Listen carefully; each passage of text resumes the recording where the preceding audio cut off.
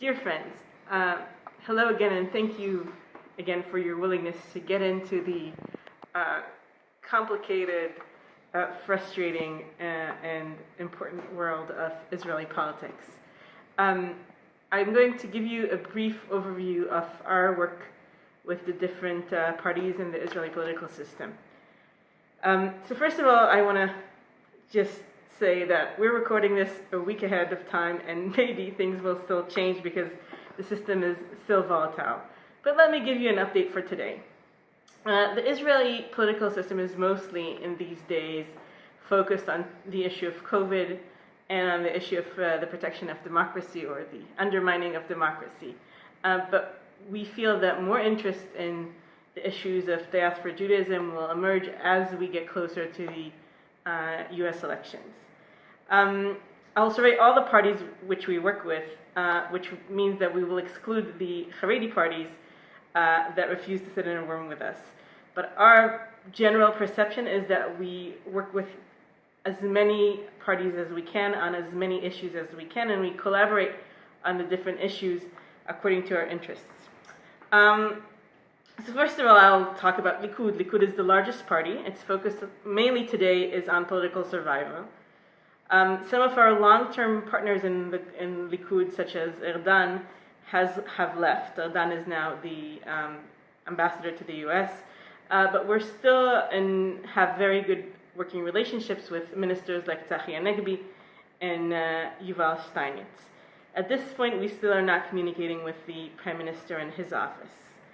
Kahol Lavan, blue and white, they're in a difficult place. They're trying to defend democracy in a very hostile environment.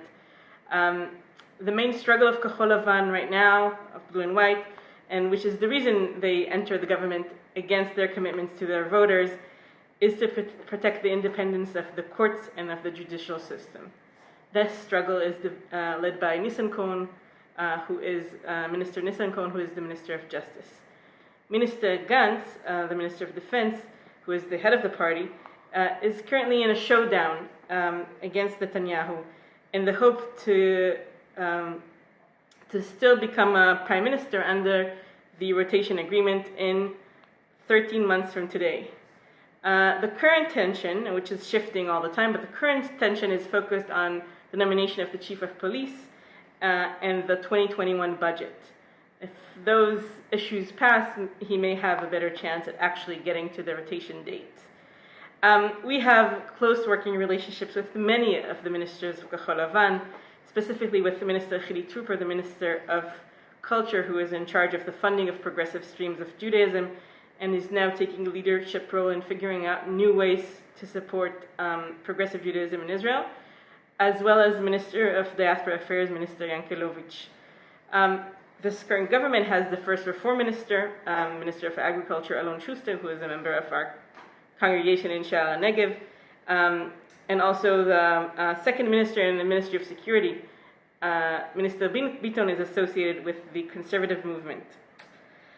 Additionally, in the coalition, there is a small fraction of the Labour Party, Minister Peretz and Minister Shmuli. Minister Shmuli is the Minister of Welfare. With the Ministry of Welfare, we have a unique opportunity to promote some of our issues, including same-sex adoption and our support for immigrant women who are victims of domestic violence. It's important to note the reduction in the number of the size of the Labour Party. In 2018, we had 24 MKs from the Labour Party who were our main partners and collaborators on most of our issues. They were in the opposition. Currently, we have 3 members of the Labour Party, 2 in the coalition, and Merav Michaeli in the opposition. In terms of the opposition is much more diverse than it was before. Yesh Atid, that broke up away from Kahol Lavan. Yair Lapid, the leader of the party, is the minority whip. The Yesh Atid is traditionally very close to all of our issues, religion, state, democracy. They're currently focused on an internal issues debate inside the party in terms of whether they will or they will not hold primary elections.